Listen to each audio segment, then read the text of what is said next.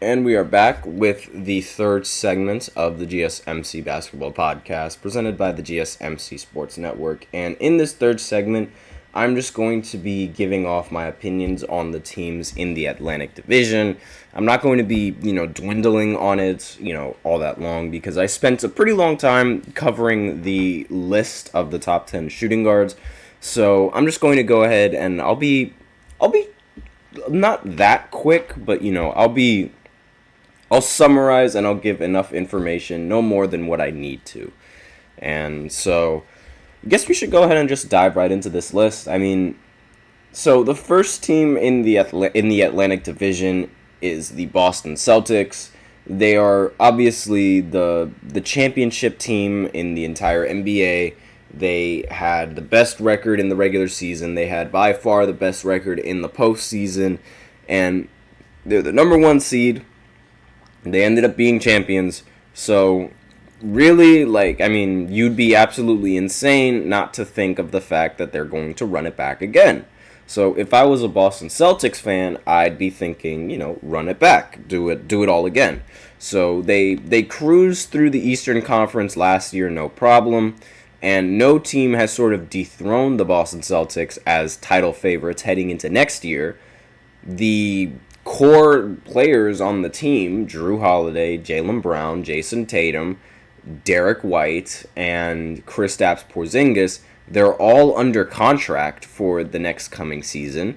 So the thought process for the Celtics should be to do it again. And, that's obviously where they're going at, despite the fact that the organization is trying to sell itself, right? Like, the owners are trying to sell the team before they have to pay all of that amazing luxury tax due to being in the second apron. But, on the bright side, they do have a championship contending team. And that's really, as a fan, if I was a Celtics fan, I would be very happy going into this next season and very excited because this is arguably the best chance to run it back and to do it all again. Now, the next team on this list is the New York Knicks. Now, they were the second seed last year in the Eastern Conference, and they ended up exiting the second round last year after, losing to the Pacers, and mainly due to injuries. So, the biggest thing that I really would feel if I was a Knicks fan was to stay healthy. And if you stay healthy, you have the best chances of winning the entire Eastern Conference. And if you beat the Boston Celtics, then you have a better chance of winning the championship. So the Knicks, they could have been in the Eastern Conference Finals last year if they would have stayed healthy. They upgraded their starting lineup by getting Mikal Bridges, and not to mention the depth is still intact. They still were able to manage to keep the same depth that they had. And they also have the tools to beat Boston in a 7-game series. So just stay healthy and try to go up against Boston again in this coming playoffs. See where that gets you. Now, the next team on this list is the Philadelphia 76ers. They were the 7th seed and they got bounced out of the first round and losing to the New York Knicks.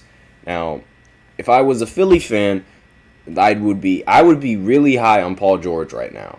And they just got PG-13 as their third option, or maybe their second option, depending on how you look at it.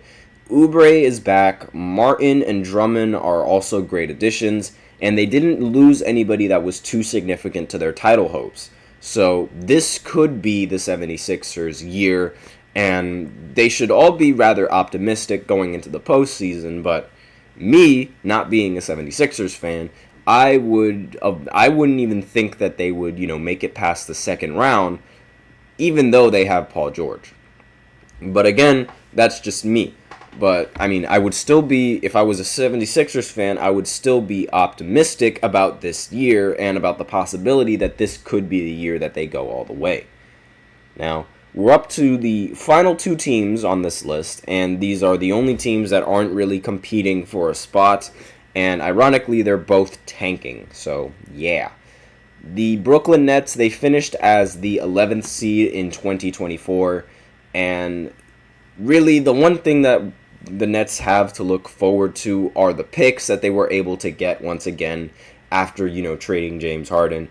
The Rockets trade let us let the New York Nets tank in 25 and 26 picks, putting the Nets in the race for Cooper Flag and whoever the 2026 draft class has. So, really, if I were, and I am a Nets fan, what I would do is I would honestly trade Cam Thomas and Bojan and... Actually, no, I wouldn't trade. Wrong Cam. I would trade Cam Johnson, and then I would let Cam Thomas take the reins of the Brooklyn Nets and have him score 30 points in every single game or take 30 shots in every game and just see where that goes and, just develop the team with the picks that the Nets end up getting in the future, right? Like, this is sort of where the Nets have to prepare themselves. They have to prepare for the future while the Celtics and the Knicks are fighting off the luxury tax. The Nets, they can be retooling and rebuilding for the future and avoiding a heavy, luxury tax that they would eventually have to pay if they go the same route as the Knicks and the Celtics. And then the final team on this list is the Toronto Raptors. Again, I'm very surprised that the Raptors even finished with the worse record than the Brooklyn Nets, but that's besides the point. They ended up being the 12th seed last year, and now it's time for the Toronto Raptors to rebuild. First official year of rebuilding for the Raptors, I should say. They have Scotty Barnes. They have to develop their young guys via drafting. They have to build back up to the playoffs because, this is arguably the first time. This is the first time in a while where they have not made the playoffs. And if you are a Raptors fan, you really want to get back into the playoff talks because, usually they always make the postseason, especially with, the core that they have. Now that they have to sort of rebuild that core with Scotty, RJ, as well as, other young guys on the team, now they just have to build through the draft and they have to redraft a lot of their players. So that's my thoughts if I was a fan of every single team in that division. But let me know in the comments what you guys think and what you guys would worry about and your favorite teams and what they also have to worry about in this season. But aside from that, we are out of time for this segment. So now I will go ahead and go into the fourth segment, where I talk about some notes about Team USA as well as the possibility of Steph and LeBron playing with each other when they become free agents. So I'm just going to go ahead and talk a little bit about that after this short break. So be sure to stay tuned.